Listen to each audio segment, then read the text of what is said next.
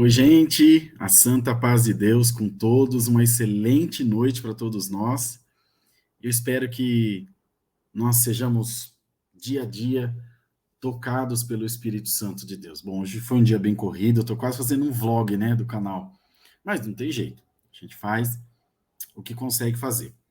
É bastante corrido, então consegui parar agora, nesse comecinho, nesse finalzinho de noite, aliás, para poder mandar mensagem para vocês. Primeiro, para desejar que as nossas forças sejam renovadas sempre e que a gente encontre no Senhor motivos para perseverar em oração, para perseverar na nossa fé. Nós vivemos num mundo que falar do cristianismo, falar de fé, não é tão fácil quanto parece. A gente vive num mundo onde as pessoas querem as coisas muito rápidas, e as coisas também acontecem de forma muito rápida. Eu não recrimino ninguém por isso, porque eu sou a ansiedade em pessoa. Quem me conhece sabe disso. Mas também sei o quanto isso me faz mal, o quanto isso judia de mim, judia do meu psicológico. Então eu quero chamar o povo de Deus para a razão. Nesse aspecto, perdoe.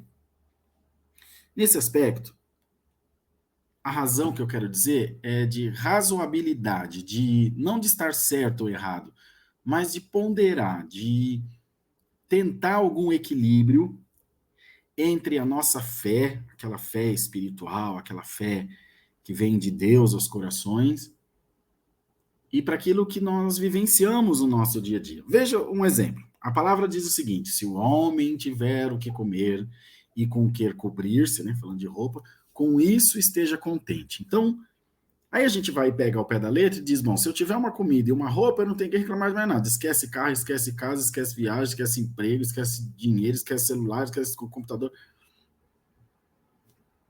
Como equilibrar isso? E é quando nós não achamos esse equilíbrio, esse entendimento, é que a gente passa para aquela história do fanatismo, lembra? Ah, esse crente fanático, não deixa receber transfusão de sangue, pelo amor de Deus. Não estamos aqui julgando ninguém. Eu estava falando disso ontem no escritório também, com a minha filha Bia, com meu irmão, com o irmão Eduardo, que eu não deixava minha filha na festa junina, que eu não deixava usar calça, que eu não deixava pôr brinquinho, porque era o entendimento de fé que eu tinha. Mas ainda que fosse um entendimento de fé verdadeiro, é o entendimento da minha fé, e não da fé dela necessariamente, talvez não fosse. Hoje ela congrega, crê, respeita, mas tem a forma dela de crer, tem a forma dela de ser, e eu aprendi a respeitar, graças a Deus. Então hoje Deus me pôs no coração para falar isso com vocês, que é para a gente buscar essa razão, esse equilíbrio. Cuidado com a maneira que você leva a vida com a sua família, com as pessoas à sua volta, com a sociedade com a qual você convive. Veja, teve uma época, isso há muitos anos, o Caio era pequenininho, que era o mais novo, agora tem Helena, mas o Caio tinha uns 3, 4 aninhos, foi 2007, 2008, que eu cismei de tirar a televisão de casa. Eu falei, não pode ter televisão, porque senão Deus não abençoa. E papai, a Dani ficou desesperada. Eu falei, você é louco, você tá doido? Tirei a televisão de dentro de casa. Então, o que eu estou falando para vocês não é nada que eu já não tenha vivido, não é nada que eu já não tenha passado e não tenha sofrido. Então, para que serve só esse sofrimento? Só para sofrer? Não. Eu penso que Deus preparou de falar isso para vocês e que ele tem um motivo nobre. Olha, eu sofri, mas pelo menos hoje eu estou aqui dizendo para você, ó, não faz esse caminho não, que você vai sofrer. É quanto a vestimenta, é quanto ao relacionamento, como eu já disse, e tantas outras coisas. Então eu gostaria de convidar a Irmandade, de verdade mesmo, independente da sua igreja, tá? Dependendo da religião que você professa, seja ela qual for, a gente respeita as religiões afrodescendentes, o catolicismo como um todo, o espiritismo, os evangélicos, os que não são cristãos, né? Acho que budistas, tal. Ok. Isso não é problema. O problema é quando isso foge da nossa razão.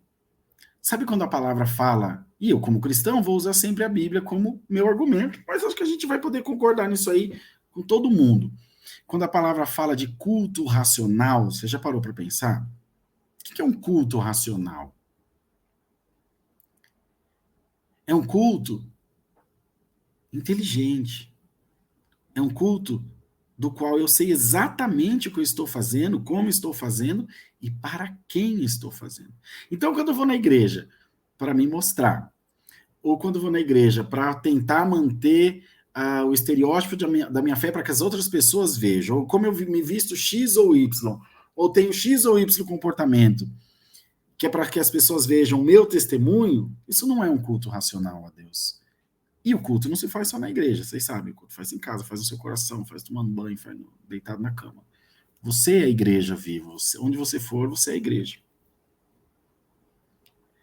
Então, por que que nós, os cristãos, os evangélicos, principalmente, olha que coisa legal que eu vou falar para vocês, e acho que vocês poderão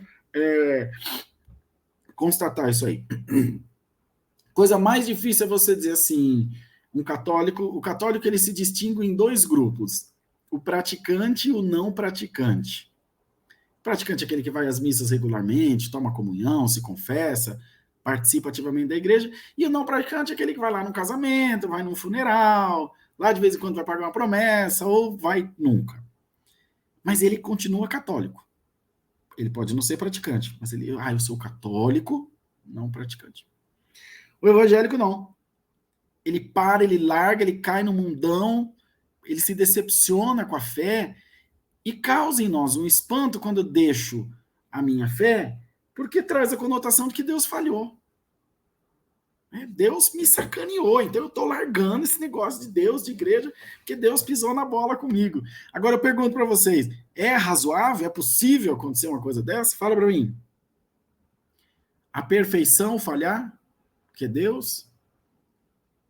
Então o que está faltando em nós? Razoabilidade, equilíbrio emocional, entendimento espiritual. O que nós temos que fazer, os evangélicos?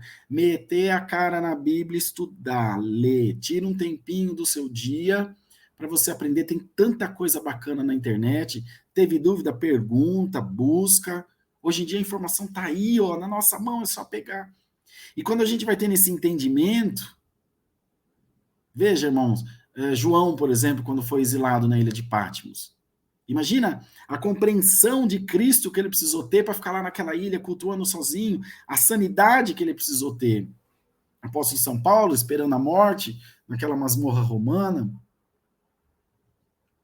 Tantos. Tiago foi esfolado vivo, arrastado pelas ruas da cidade, mas esteve preso antes até que isso acontecesse. Então, eu não estou falando de coisas ruins, que são coisas ruins, né? Morte, sofrimento. Mas eu estou falando dessa nossa fé. E eu não estou falando da Assembleia Cristã que está aqui, livre. Eu não estou falando da minha igreja. Estou falando de Deus, de Jesus.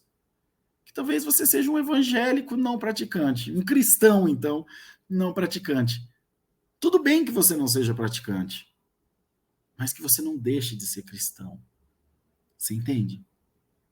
Porque quem perdeu a fé não tem mais nada para perder. E eu não tenho o menor interesse de vir aqui divulgar a minha igreja, divulgar a doutrina da minha igreja. O único interesse aqui é divulgar Cristo e bem-estar para as pessoas. O Deus que eu conheço é um Deus que traz alegria, é um Deus que traz felicidade.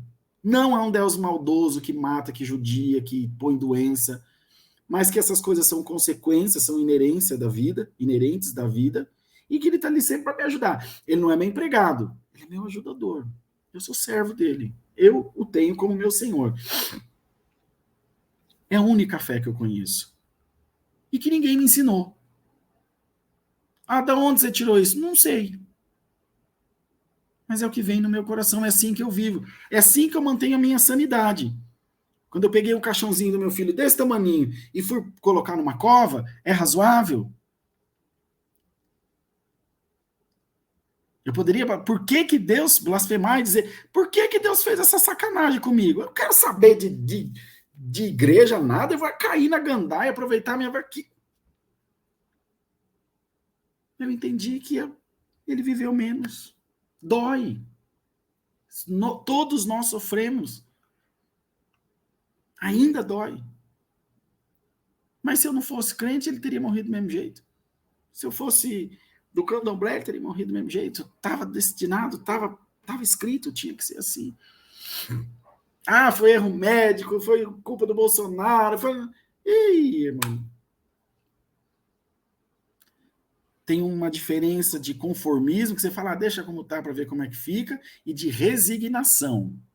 Conformismo é que você fala, paciência, eu não posso fazer mais nada. Ai, que vontade de morrer, mas não, de trabalhar, mas não chove, né? E resignação é quando você olha e fala, puxa, eu tentei, mas não deu. Eu só posso continuar e buscar outra alternativa. Então isso se aplica à nossa fé, isso se aplica em tudo na nossa vida. Então não adianta vir aqui agora, pegar a Bíblia, ler um texto bíblico aqui para todos nós e começar a pregar para você, porque Deus manda te dizer, porque o diabo está não sei na onde, porque fulano fez uma culpa para você. Eu creio, hein? Pelo amor de Deus. Eu creio no dom de Deus. Não estou aqui para rechaçar, nem para, de maneira nenhuma, refutar. Eu creio no dom de Deus. Mas sabe o que a gente precisa hoje? Eu sinto isso, a começar de mim, entendimento, porque a fé que me foi passada, a fé que eu aprendi, judiou demais de mim, judiou demais da minha família. Vocês viram agora os acontecimentos recentes, ainda resquício daquela velha concepção. E a palavra diz que o Senhor fez novas todas as coisas. A fé que eu acreditava, a minha esposa tinha que ter o cabelão nos pés, não podia usar uma calça, eu não podia usar bermuda, blá, blá, blá. E aí a gente corre e volta no mesmo ponto. Um estereótipo. O externo se manifestando como representante do interior. Isso nunca vai ser possível, amados irmãos. O nosso interior é que vale para Deus. Porque isso aqui, ó, a terra vai comer e vai ficar aí, nem o urubu não come. Então pensa nisso, busca esse equilíbrio. Adora Deus com as suas ferramentas, com as ferramentas que você tem. Não é porque o pastor falou isso, aquilo ou mais aquilo, que você vai ser obrigado a fazer exatamente o que ele falou. Você tem que ir no monte, dar 7 pulinhos, fazer assim, jogar pauzinho, não sei de onde. Não, adora! Você tem todas as ferramentas aí. O mesmo Deus que fala com o pastorzão, com o anciãozão, fala com você. Não se deixe enganar. E não é por ele, nem por quem quer que seja. É por você mesmo. Não se deixa enganar, não se deixa vencer por essas coisas bobas que estão, de alguma forma, adoecendo a tua concepção de fé. Pensem nisso. E que essa noite traga para nós reflexão, paz de espírito. Se você me permitir, eu quero orar pela sua vida, pela nossa vida. Tá bom? Bondoso Pai Celeste, Criador, formador do céu, da terra e de tudo que nele se contém. Estamos entregando a nossa noite nas tuas mãos, nos preparando para o nosso descanso e te pedindo que tenha as nossas vidas em ti, Senhor, e que nos faça meditar continuamente no teu cuidado, no teu amor e na tua misericórdia. Faze, Senhor, com que o teu Espírito seja derramado, aleluia, sobre todas as vidas.